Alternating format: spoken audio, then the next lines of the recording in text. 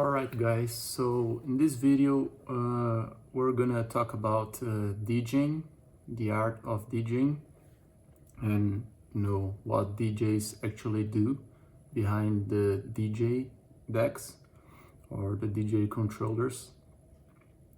And this controller here is the Hercules DJ Control Starlight. You can see it written there. And it's a pretty basic controller, covers all the basic functions. The only thing that's not so good is that it doesn't have 3 knobs. It just has the bass knob, which is the low frequency. Usually controllers will have 3 of these knobs: the low frequency, the mid frequency, and the high frequency. This one has just the lows. But it's a pretty affordable controller. It sells at about $90.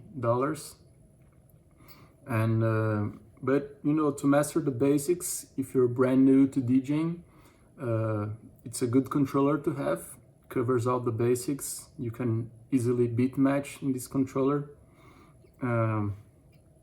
I'll explain what everything does through my series of videos.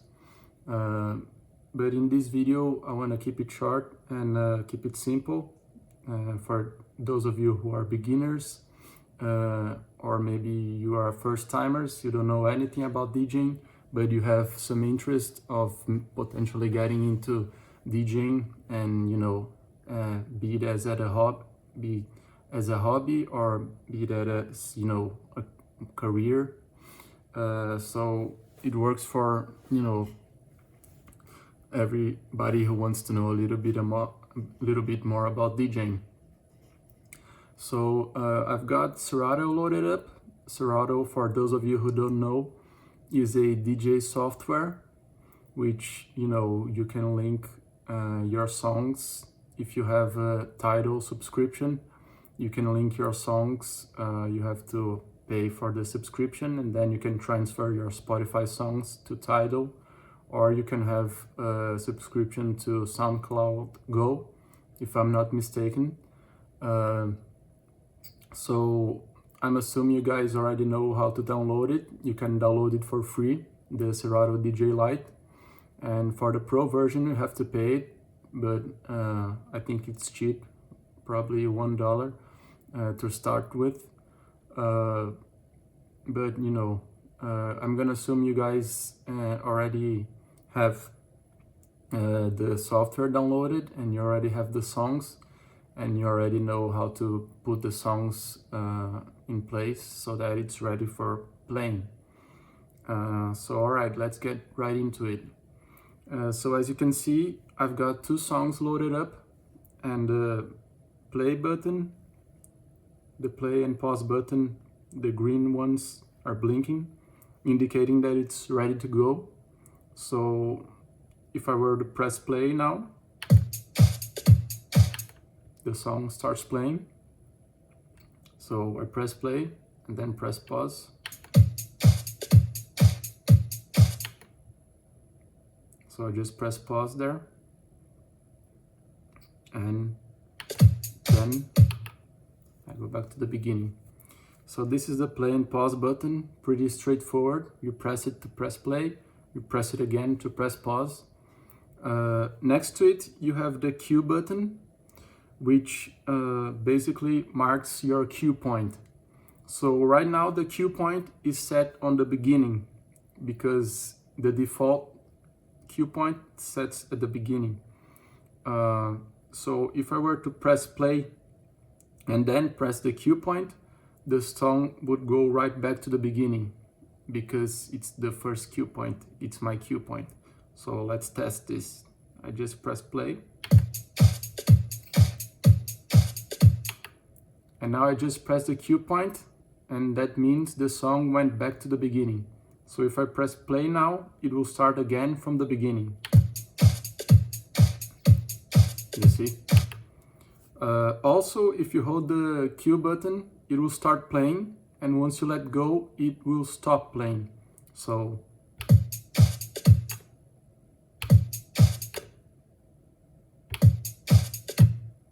you you see.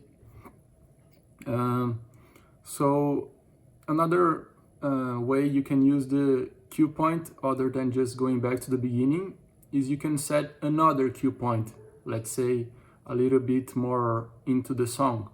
So I'm gonna demonstrate this now. I'm gonna press play and wait for something of the song to come in, something a little bit more interesting, and then I'm gonna press Q to set another cue point, and then you guys can see what happens. So let's go.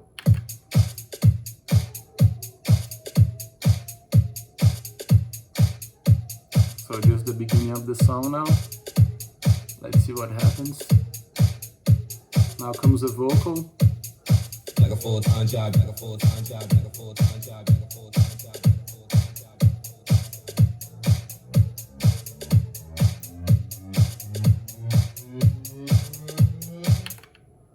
So could you guys hear that growing part? So I'm gonna press Q now. I just paused it and I'm gonna press Q to set another cue point so that you guys can see that it will not start from the beginning. It will start from this cue point. So I just pressed the cue point and now I've set another cue point.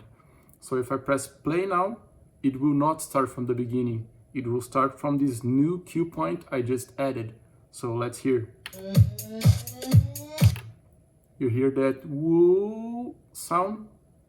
It's already in the middle of the song. So right now, if I press play, it's already in the middle of the song.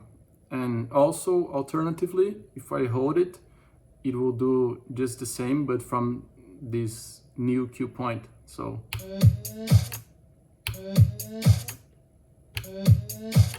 you see? So now let's go a little bit further.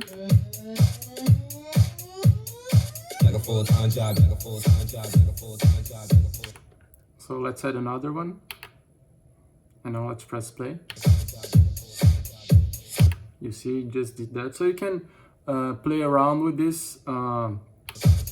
Obviously, you can, set the cue point wherever you like.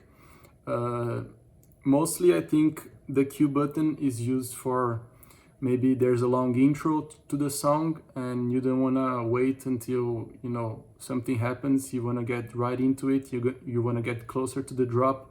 So what you can do is you just press play, wait for something to happen. When you feel like it is good, you just press pause and then press the cue button. So then you mark another cue point right when the things you want are starting. So that's a pretty clever way to, skip the intro of the song because you don't want to hear, that long building coming like 1 minute or maybe even more of not much really happening. So that's an interesting thing to bear in mind. So how do I get back to the beginning now? Because I've set a new cue point, but what if I want to press the cue point, set the cue point at the beginning again? Well, right now I have to press Shift and then press Q, because when I hold Shift, it will activate the white marks here. As you can see, this is the back button. So let's just press Shift and press Q while holding Shift. So just went back to the beginning and now see that it's blinking. Now I can press the Q and it will set the cue point at the beginning again. So I just press Q and now that's the beginning of the song, you see. So on this controller, actually in other DJ decks, you might not have to press Shift and then Q. You might have just the back button. It might just be a button that you just click it and it will go back to the beginning and then you can set the cue point again. So many CDJs have this when you just press a button and then you go back to the beginning. But for this controller, you have to hold Shift and then press Q. So just bear in mind that it's not similar to, it might vary from different types of controllers. So yeah, the Shift actually activates all the white marks here, as you can see. So we got effects here, sampler, cue master. I'm gonna explain those in later videos. but for you guys, I think this is enough for one video. Let me know if you have any doubts in the comments below. I'll be sure to answer them. And if you like the video, please give a thumbs up and consider subscribing to my channel, as I will be posting more of these kind of videos.